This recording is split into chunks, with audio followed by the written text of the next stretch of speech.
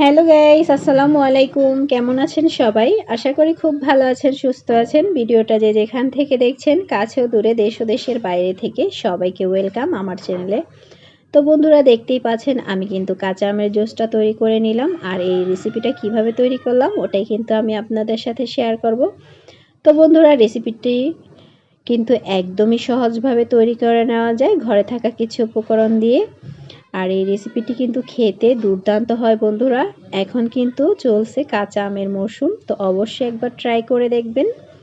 তো চলুন বন্ধুরা, কথা না বাড়িয়ে রেসিপিটা শুরু করি। তো বন্ধুরা, দেখতেই পাচ্ছেন এখানে কিন্তু আম, পুদিনা পাতা নিয়েছি, কাঁচা মরিচ, বিট লবণ আর চিনি নিয়েছি। সামান্য কিছু উপকরণ দিয়ে কিন্তু মজাদার এই শরবতটি তৈরি করে নেওয়া যায়। তো এখন কিন্তু আমি সবগুলো উপকরণ আপনাদের সাথে দেখিয়ে দিলাম। আর এখানে কিন্তু এখন আমগুলো আমি কেটে স্লাইস করে নিয়েছি, আর এর সাথে পুদিনা পাতাটাও কেটে নিয়েছি। তো এখন কিন্তু আমি এই মিক্সিং জারে ব্লেন্ড করে নিব সব কিছু। তো দেখতেই পাচ্ছেন এখন মিক্সিং জারে কিন্তু আমি দিয়ে দিচ্ছি এখন আমগুলো।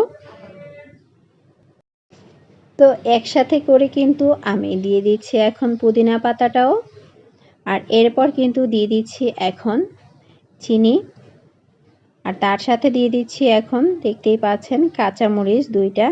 তো ঝালের পরিমাণটা কিন্তু আপনারা বুঝে শুনে দিয়ে দিবেন। আর যে যেমন মিষ্টি খেতে পছন্দ করেন সে অনুযায়ী কিন্তু চিনিটা অ্যাড করবেন।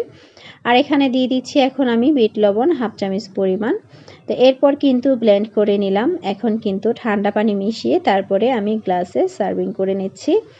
তো দেখতেই পাচ্ছেন কতটা সহজভাবে তৈরি করে নিলাম কাঁচা আমের এই শরবতটি। আর খেতে কিন্তু ভীষণ দুর্দান্ত হয়। ঠান্ডা ঠান্ডা এরকম একটি দুপুরবেলা যদি শরবত খাওয়া যায় তাহলে তো আর কোনো কথাই নেই। তো বন্ধুরা, একবার হলেও ট্রাই করে দেখবেন, ভীষণ ভালো লাগে এই শরবতটি খেতে। আর এটা কিন্তু খুবই স্বাস্থ্যের জন্য ভালো। তো দেখতেই পাচ্ছেন কত অল্প কিছু সময়ে কিন্তু তৈরি করে নেওয়া যায় এই শরবতটি, আর ভীষণ ভালো লাগে খেতে। তো বন্ধুরা, আমার ভিডিওটি যদি ভালো লেগে থাকে তাহলে অবশ্যই একটা লাইক, কমেন্ট, শেয়ার করবেন। আর যারা আমার নতুন বন্ধু হয়ে চ্যানেলে এসেছেন তাদেরকে জানাই অসংখ্য ধন্যবাদ। আর যারা পুরাতন বন্ধু আছেন তাদেরকেও জানাই অসংখ্য ধন্যবাদ। তারা কিন্তু আমাকে অনেক অনেক সাপোর্ট দিয়ে যাচ্ছেন। তো বন্ধুরা, দেখতেই পাচ্ছেন কিভাবে তৈরি করে নিলাম অল্প সময়ে অল্প কিছু উপকরণ দিয়ে এই শরবতটি। তো অবশ্যই একবার ট্রাই করে দেখবেন। ভিডিও ভালো লাগলে চ্যানেলের পাশে থাকবেন, চ্যানেলটিকে সাবস্ক্রাইব করে আমাকে সাপোর্ট করবেন।